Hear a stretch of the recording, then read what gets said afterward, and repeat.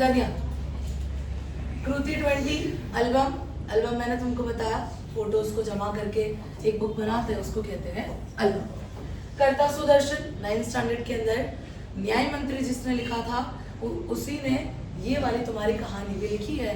और ये एक स्टोरी है जिसके अंदर हमको सिखाया है कि किसी को कर्ज दिया हो या किसी को के ऊपर हमारा उधार हो तो उस चीज को रिश्तों के बीच में नहीं लाना चाहिए। पैसा जो है, कर्ज जो है, वो रिश्तों की दरार नहीं बनना चाहिए। और यही बताने के लिए आपको ये कहानी यहाँ पर दी हुई है। यहाँ पर मैंने एक वर्ड लिखा है ऋण। ऋण का मतलब होगा कर्ज। आपका हेतु है ऋण लेने और ऋण चुकाने के बीच के संबंध को बताया है। यहाँ पर दो कैरेक्टर है, एक मालिक है लाला सदानंद और सेकंड जो है पंडित है शादीराम। पुरोहित ब्राह्मण कास्ट वालों को कहा जाता है।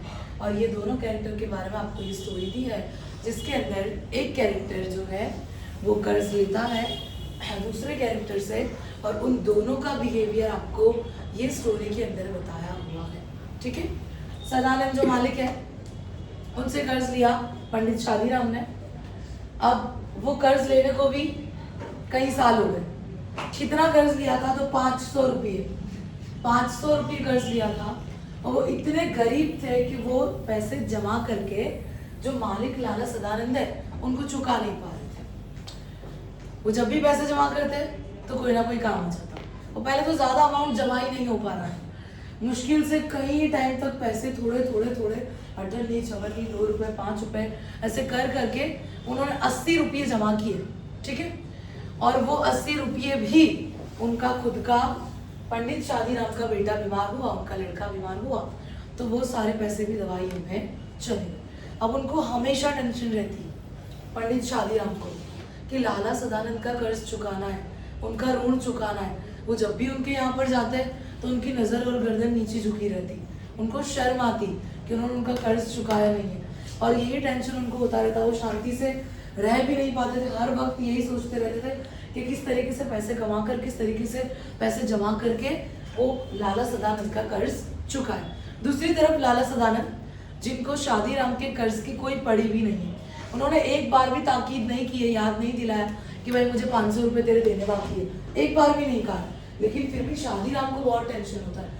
वो ऐसा सोचते हैं कि अगर सामने से वो नहीं कह रहे कि मेरे पैसे मुझे चाहिए तो क्या हुआ, मैं थोड़ी निश्चित हो सकता हूँ, मुझे तो पैसे जमा करके उनको देने ही होंगे क्योंकि मैंने तो उनसे कर्ज लिया है। अब हर बार सदानंद ये चीज़ नोट करते हैं, ये चीज़ देखते हैं कि शादीराम जो है उसको कर्ज की चिंता खाई जा रही है। वो यही सोचता रहता है कि भाई ये कब कर्ज चुकाएगा, कब जमा करेगा, यही सारी चीज़ें सोचता रहता है। एक बार वो जाते हैं उनके घर कुछ काम से, सदानंद जो है वो शादीराम के घर जाते हैं पंडित के घर और वहाँ पे देखते हैं कि बहुत सारी है ना पत्रिकाएं पढ़ी है। पत्रिका का मतलब होता है मैगजीन्स। ठीक है, बहुत सारी बहुत सारी। तो वो पूछता है पंडित को कि पंडित ये सारी पत्रिकाएं यहाँ पर क्यों है। तो पंडित शादीराम जवाब देते हैं लाला सदानंद को कि सदानंद जी ये सारी तो है ना मेरे बड़े भाई की है, वो पढ़ा करते थे, अब ये ऐसे ही पढ़ी है। जब घर में कोई बच्चा बहुत रोता है ना तो एक आध निकाल के हम दे देते हैं, तो उसके अंदर जो सारी तस्वीरें हैं ना, सारे पिक्चर्स, सारी ड्राइंग्स, वो देख देख कर रोते हुए बच्चे भी चुप हो जाते हैं। तो ऐसे हमने यहाँ पर रखी हुई है, बाकी इसका कुछ काम नहीं। ठीक है, ऐसे ही पढ़िए। तो सदानंद जी कहते हैं कि इसको कबाड़ी में दे दे, पैसे आ जाएंगे कुछ। तो वो कहता है कि क्या पैसे आएंगे, कुछ इतने पैसे आएंगे नहीं। फिर सदानंद जी सारी पत्रिकाएं खोल खोल के देखते हैं तो वो उनको ऐसा कहते हैं कि इसके अंदर बहुत सारी अच्छी अच्छी तस्वीरें हैं, अच्छी अच्छी ड्राइंग्स हैं, अच्छी अच्छी पिक्चर्स बहुत सारी है। तो एक काम कर, उसको एडवाइस देते हैं पंडित शादीराम को, क्योंकि उसको पता है कि इसको कर्ज की टेंशन बहुत होती है, कर्ज चुकाने की चिंता इसको बहुत लगी हुई है। कई साल हो गए लेकिन अभी तक उससे 500 रुपये जमा नहीं हुए। तो वो उसको ऐसा कहते हैं कि ये जितनी भी पत्रिकाएं हैं ना, ये सारी पत्रिकाओं में जो तस्वीरें हैं वो सब छांट ले, मतलब कि सारी काट कर अलग कर ले। जितनी भी तेरे पास पत्रिकाएं हैं, जितनी भी मैगजीन पड़ी है वो सब में से, और तू मुझे दे दे।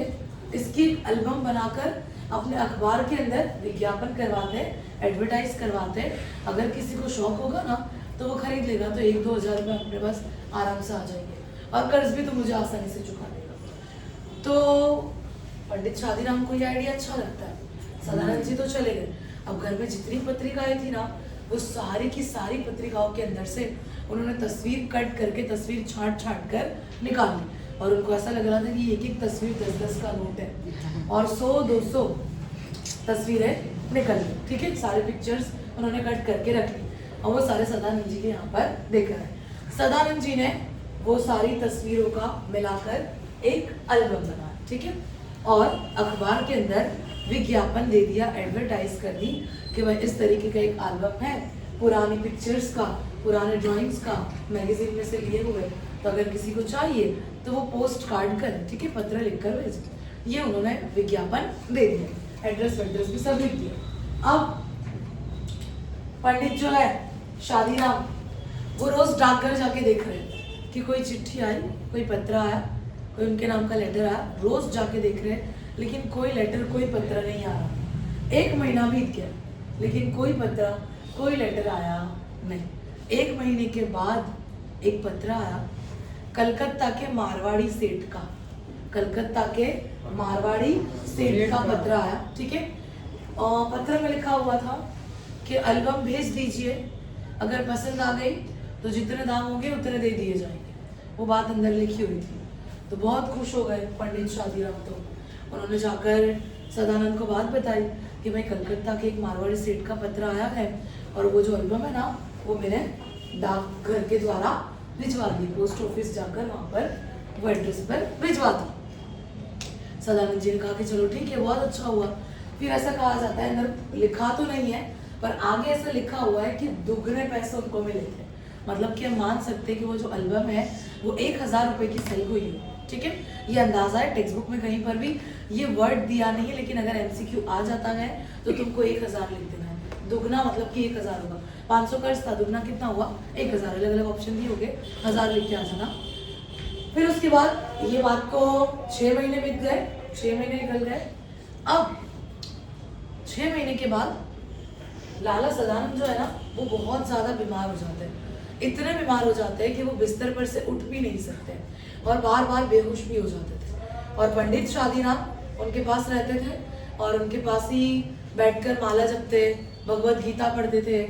दवाइयों के बारे में, औषधि के बारे में उनको पता नहीं था, लेकिन उनको दुआ के बारे में पता था।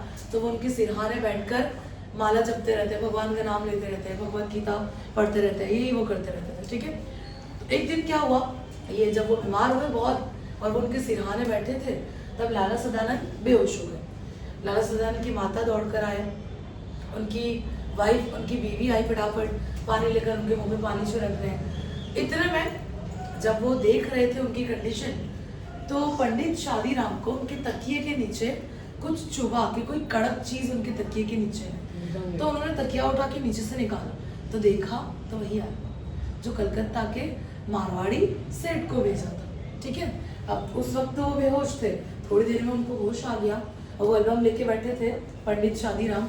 जैसे ही होश आया और लाला सदानंद ने देखा कि इसके हाथ में वो एल्बम है, तो फौरन उसके हाथ में से एल्बम छीन ली और कहा कि ये एल्बम कहाँ से मिली तुम्हें? ये तो मैंने कलकत्ता के मारवाड़ी सेठ से मंगा ली थी, क्योंकि मुझे भी बहुत अच्छी लगी थी, तो मैंने उसको पैसे देकर उससे खरीद ली थी।